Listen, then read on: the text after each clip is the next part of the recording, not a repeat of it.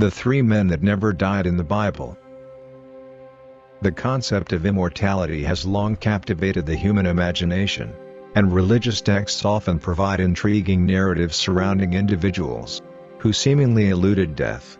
In the Bible, there are three enigmatic figures whose stories evoke both awe and curiosity: Enoch, Elijah, and Melchizedek. These men have become the subjects of theological speculation and have left an indelible mark on religious discourse.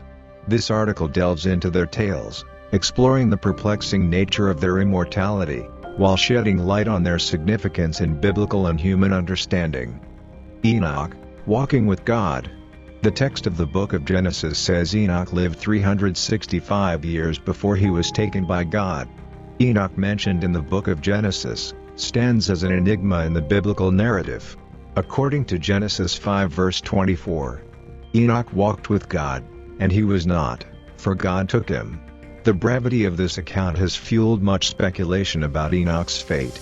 Some interpret this passage metaphorically, suggesting that Enoch's close relationship with God led to his spiritual transformation or transcendence. Others argue for a more literal interpretation, proposing that Enoch was physically taken away by God, while the Bible provides limited details. Other ancient texts shed some light on the story of Enoch. The Book of Enoch, an ancient Jewish religious work, elaborates on his encounters with angels and his journey through heavenly realms. This text offers a unique perspective on Enoch's immortality and provides a captivating backdrop for further exploration. The name of Enoch derives from the Hebrew root, meaning to train, initiate, dedicate, and inaugurate. Elijah, taken up to heaven, was a Hebrew prophet who ranks with Moses in saving the religion of Yahweh from being corrupted by the nature worship of Baal. Elijah's name means, "Yahweh is my God," and is spelled Elias in some versions of the Bible. Elijah, a prominent prophet in the Old Testament, has a dramatic exit from the earthly realm.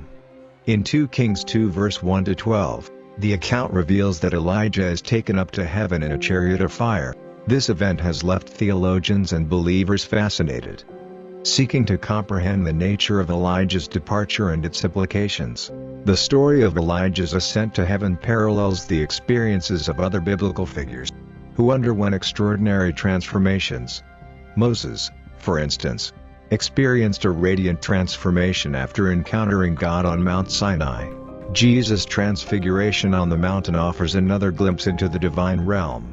These parallel narratives hint at a transcendent nature, intertwining earthly existence with the divine.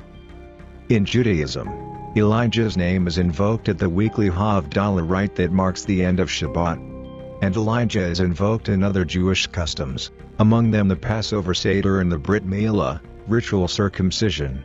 He appears in numerous stories and references in the Haggadah and rabbinic literature, including the Babylonian Talmud. According to some Jewish interpretations, Elijah will return during the end of times. The Christian New Testament notes that some people thought that Jesus was, in some sense, Elijah, but it also makes clear that John the Baptist is the Elijah who was promised to come in Malachi 3 verse 1 and 4 verse 5. According to accounts in all three of the Synoptic Gospels, Elijah appeared with Moses during the transfiguration of Jesus. Elijah in Islam appears in the Quran as a prophet and messenger of God, where his biblical narrative of preaching against the worshippers of Baal is recounted in a concise form.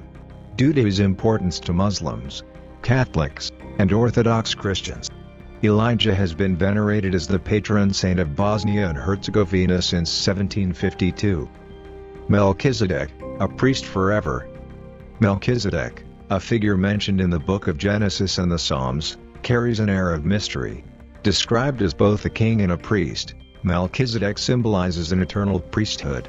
In Psalm 110 verse 4, it is written, "The Lord has sworn and will not change his mind. You are a priest forever after the order of Melchizedek." The New Testament further amplifies Melchizedek's significance, particularly in the Epistle to the Hebrews. The author highlights Melchizedek as a precursor to Jesus Christ, presenting him as a symbol of eternal priesthood that transcends temporal boundaries. Melchizedek's enigmatic existence intertwines with theological concepts of redemption, eternal life, and divine purpose. Melchizedek is a king and priest appearing in the book of Genesis. The name means, King of Righteousness. A name echoing kingly and priestly functions. He is the first individual to be given the title Cohen, priest, in the Hebrew Bible.